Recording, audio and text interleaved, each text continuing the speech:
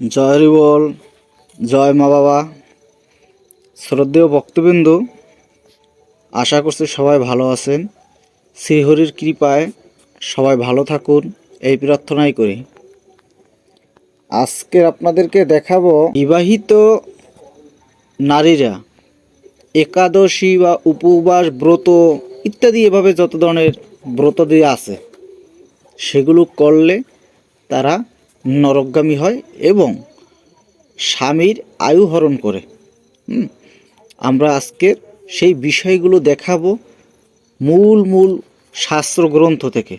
আপনারা ধৈর্য সহকারে ভিডিওটি দেখবেন। ভিডিওটি শুরু করার আগে সবাইকে বলবো চ্যানেলটি লাইক করুন এবং সাবস্ক্রাইব করে বেল বাটনটি বাজিয়ে দিন।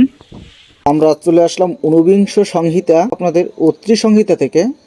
অত্রি মুনিকে আর্য ঋষিগণের ভিতরে সবথেকে বড় ঋষি বা বড় মুনি যাকে বলা হয় সে হলো অত্রি মুনি। তারই যে লিখিত যে শাস্ত্রখানা তার নাম হচ্ছে অত্রি সংহিতা। সেই অত্রি সংহিতা থেকে আজকে প্রথমে দেখাবো, এরপরে গিয়ে আমরা বিষ্ণু সংহিতা থেকে দেখব স্বয়ং বিষ্ণু কি বলেছেন। এরপরে দিয়ে দেখব আমরা গীতা থেকে, সেখানে ভগবান শ্রীকৃষ্ণ কি বলেছেন। এসব গ্রন্থ থেকে আজকে আপনাদেরকে প্রমাণ দেখাবো এই বিষয়ের উপরে। তো আমরা প্রথমেই অত্রি সংহিতার চলে যাব 136 নম্বর শ্লোকে। আপনারা মূল শ্লোক এখানে দেখে রাখুন। এই যে মূল শ্লোক 136 নম্বর শ্লোক এখানে দেখুন, এখানে। তারপরে 137 নম্বর 38 নম্বর আপনারা দেখুন, এখানে এই মূল শ্লোক। এখানে একটা জিনিস লক্ষ্য করুন, এখানে আপনারা অনেকেই বলবেন যে উপরে কি আছে নিচে কি আছে। তো আগে উপরের জিনিসটা একটু দেখুন, এখানে কি লেখা আছে। এখানে দ্বিজাতি সকলের ধর্ম এই উক্ত হলো, অর্থাৎ এই যে তিন বর্ণ ব্রাহ্মণ ক্ষত্রিয় বৈশ্য এদেরকে বলা হয় দ্বিজাতি। এদের ধর্মগুলো উপরে বর্ণনা করা হলো। এরপরে বর্ণনা করা শুরু করলো অত্রিমুনি স্ত্রীগণের এবং পতিতজনক, অর্থাৎ শূদ্রদের যারা বা অন্য যারা পতিত আছে, এই দ্বিজাতি বলেন বা শূদ্র নিম্ন যারা যাদেরকে বলে চণ্ডালাদি, এদের যে ধর্মগুলো সেগুলো আস্তে আস্তে উনি বর্ণনা করা শুরু করলো। তো এখানে প্রথমে দেখুন এই যে স্ত্রী দিগের পতিত্বজনক কার্যের বিবরণ বলিতেছি। হে মহর্ষিগণ, শ্রবণ কর। জপ, তপস্যা, তীর্থযাত্রা, সন্ন্যাস, মন্ত্র সাধন, দেবতারাধনা, এই 6টি কার্য স্ত্রী শূদ্রদিগের পতিত্বজনক। কী বলছে? স্ত্রী এবং শূদ্রদিগের যারা আছে এদের পতিত্বজনক, এগুলো তারা করলে, অর্থাৎ এই পতিত্বজনক মানে পাপী বা দুর্দশাগ্রস্ত, অর্থাৎ দুর্দশাগ্রস্ত তারা হবে বা পাপী হবে। এখানে সেই কথাই বলল অত্রিমুনি। তারপরে দেখুন এখানে এই যে 36 নম্বর মূল যে শ্লোকটির কথা বলছিলাম, পরেরটা হলো 135 নম্বর শ্লোক, আর এটি হলো 136 নম্বর শ্লোক, যেটি দেখাইছিলাম মূল সংস্কৃত অনুবাদ। এটির অনুবাদ এটি, যে নারী স্বামী জীবিত থাকিতে উপবাস করিয়া ব্রত করে, সে নারী স্বামীর আয়ু হরণ করে ও নরকে গমন করে। নারী তীর্থস্থান অভিলাষী হইলে স্বামী শিব বা বিষ্ণুর পাদদক পান করিবে, ইহাতে পরম স্থান লাভ করিবে। কি বোঝা গেল এখানে? যে নারী বিবাহিত, এখানে কিন্তু বিবাহিত নারীদের কথা বলা হলো, অন্য যাদের বিবাহ হয় না তাদের কথা কিন্তু এখানে বলা হয়নি। তো বিবাহিত নারীদের আমরা জানি যে তাদের স্বামী একমাত্র ইষ্ট দেবতা, ইষ্ট ভগবান, সব কিছু তার স্বামী হয়ে থাকে। স্বামীর ধর্মই তার ধর্ম। তো এই স্বামী জীবিত থাকিতে তারা কি করবে? কোনো উপবাস ব্রতাদি করলে তারা নরকগামী হবে এবং সেই স্বামীর আয়ু হরণ করবে। তারপরে যদি সেই নারী তার ইচ্ছা করে যে আমি একটু তীর্থ ভ্রমণ করবো, তীর্থস্থানে যাব, তখন সেই রকম মনের বাসনা জাগলে বা সেই ফল লাভের ইচ্ছা হলে কি করবে? সেই স্বামীর অথবা শিব অথবা বিষ্ণুর যে চরণ, সেই পা ধৌত জল পান করিবে, ইহাতেই সেই পরম স্থান, পরম সেই যে গতি তিনি লাভ করিবে। এ স্পষ্টভাবে এখানে দেওয়া হলো। তারপর আরও অনেক কিছু আছে, এগুলো আমি নাই দেখালাম, আপনারা পড়ে নেবেন। এরপর আমরা দেখব বিষ্ণু সংহিতা থেকে স্বয়ং বিষ্ণু কি বলেছে। আমরা চলে আসলাম বিষ্ণু সংহিতায়।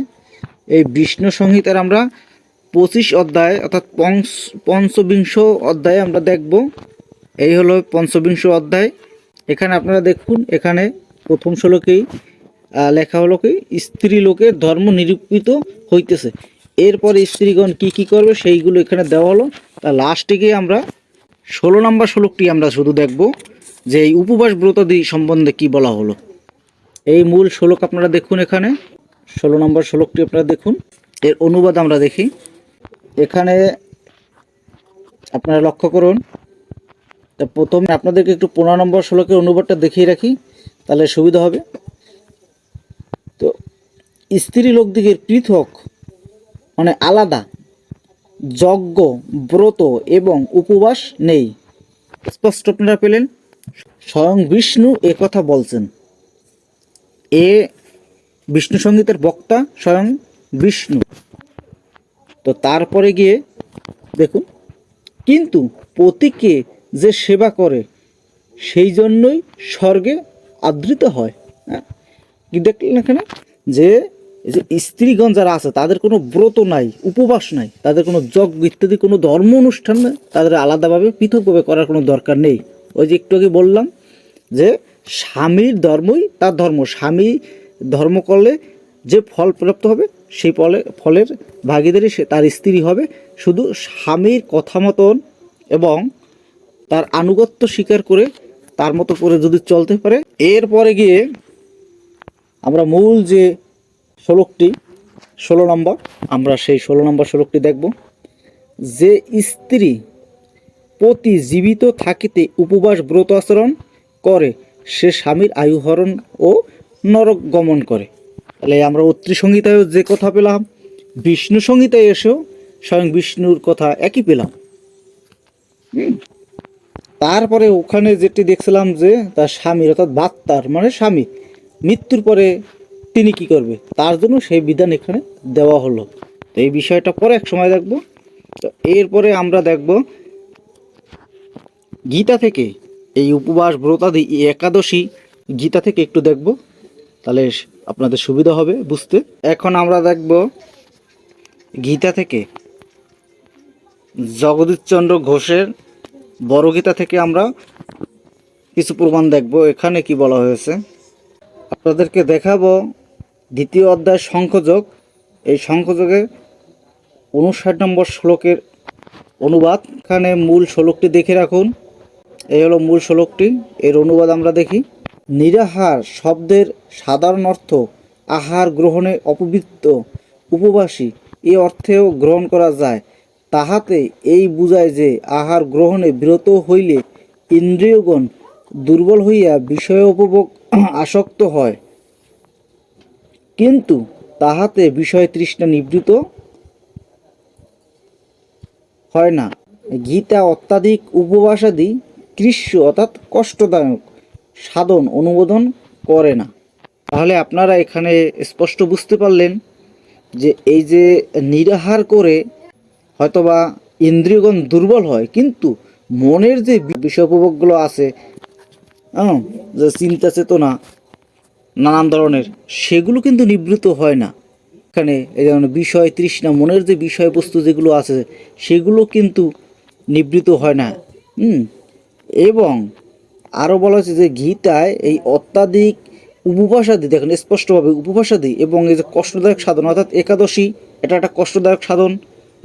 উপবাসাদি কষ্ট এবং একাদশী এটা আরও কষ্ট, এগুলো গীতায় অনুমোদন করে না। স্পষ্টভাবে আপনারা পেলেন এখানে গীতার 59 নম্বর দ্বিতীয় অধ্যায়ের 59 নম্বর শ্লোক থেকে।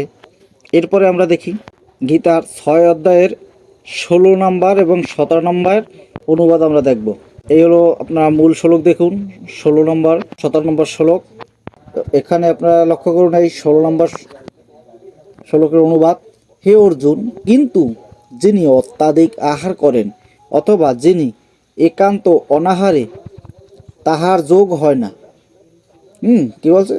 যিনি অত্যাধিক আহার এবং অনাহারে থাকে তার যোগ হয় না। যোগ মানে আত্মাকে পরমাত্মার সাথে যে সংযোগ স্থাপন করা, প্রার্থনা করা, সেটা কিন্তু মূল বিষয়। সেই বিষয়টা কিন্তু আপনার এই যে একাদশী ব্রত দিয়ে অর্থাৎ অনাহারে থেকে কিন্তু সেটা হয় না। তারপর দেখুন এখানে অতিশয় নিদ্রালু বা অতি জাগরণশীলেরও যোগ সমাধি হয় না। অর্থাৎ এই যে যারা সারা রাত্র ধরে গান কীর্তন করে, এ ধরনের লোকদের কখনো সেই যে যোগ সমাধি, যেটাকে পরমাত্মার সাথে বা সেই যে পরব্রহ্মের সাথে যে একটা সংযোগ স্থাপন করে আত্মায় প্রার্থনা করা, সেটা কিন্তু হয় না। এরপরে দেখুন, যিনি পরিমিতরূপ আহার বিহার করেন, পরিমিতরূপ কর্মচেষ্টা করেন, পরিমিতরূপে নিদ্রিত ও জাগ্রত থাকেন, তাহার যোগ দুঃখ নিবৃত হয়। অর্থাৎ 17 নম্বর শ্লোক থেকে এটা পেলাম। অর্থাৎ যিনি এই যে পরিমিত রূপে মানে খাওয়া দাওয়া ঘুমান, অর্থাৎ পরিমিত রূপে আহার বিহার করতে হবে, না হলে কখনোই তা থেকে ধর্মকর্ম হবে না। এরপরে আমরা দেখব 17 অধ্যায়ের 5 এবং 6 নম্বর শ্লোকের অনুবাদ। এখানে আপনার মূল শ্লোক দুটি দেখে রাখুন, 5 এবং 6। এখানে দেখুন উপরেই লেখা আছে অসুরী তপস্যা। অসুরী তপস্যা মানে আপনারা অনেক টিভি সিরিয়ালে দেখছেন যে অসুররা নানা ধরনের কষ্টদায়ক তপস্যা করে ভগবানের সান্নিধ্য লাভ করছে। তো সেই ধরনের যারা করে তারা অসুর। এখানে সেই কথাই বলা হলো। দম্ভ, অহংকার, কামনা ও আসক্তিযুক্ত এবং বলগর্বিত হইয়া যে সকল অবিবেকী ব্যক্তি শরীরস্থ ভূতগণকে এবং অন্তর্যামী রূপে দেহমধ্যস্থ আমাকে কৃষ্ণ করি, অর্থাৎ কৃষ্ণ মানে কষ্ট, এই ব্র্যাকেটে দেখুন এখানে কষ্ট দিয়া শাস্ত্রবিধি বিরুদ্ধ অত্যুগ্র, অর্থাৎ শাস্ত্রবিধিকে এই যে আমি আগেও একটা ভিডিও তৈরি করেছি, দেখে নেবেন, আমি লিঙ্ক এখানে দিয়ে দেব।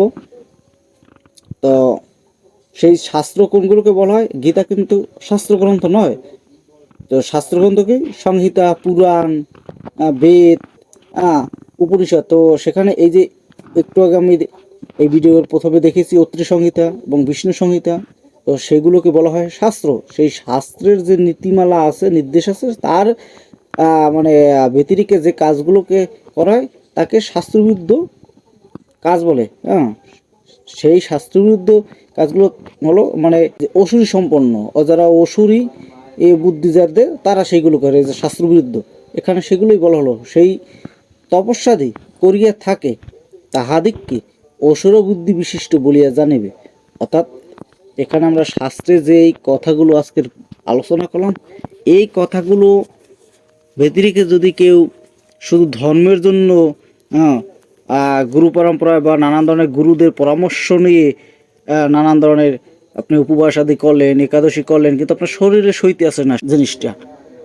অনেকেই আছে আপনারা একবেলা না খেয়ে থাকলে পরের বেলা আপনাদের কষ্ট হয়ে যায়। এই ধরনের লোক নরকের ভয়তে না বা নানান পাপের ভয়তে একাদশী করে থাকেন, উপবাস করে থাকেন, নানান কর্মক্রিয়া করে থাকেন, সেগুলো থেকে আপনারা নিবৃত্ত থাকবেন। স্পষ্টভাবে গীতারও এটা স্পষ্ট কথা স্বয়ং ভগবান শ্রীকৃষ্ণ বলছেন। কারণ আপনার ভিতরে সেই আত্মারূপে সেই ভগবান আছে। এখানে দেখুন, এখানে স্পষ্টভাবে দেখুন লেখা আছে অন্তর্যামী রূপে দেহ মধ্যস্থ আমাকে। আমাকে মানে কে বলছে? বক্তাকে কৃষ্ণ। তাহলে কৃষ্ণ বলছে যে মানে আমাকে কৃষ্ণ মানে কষ্ট দিয়ে থাকে এগুলো করে। অর্থাৎ তাহলে আপনি সেই ভগবানকে আপনি কষ্ট দিয়ে থাকছেন।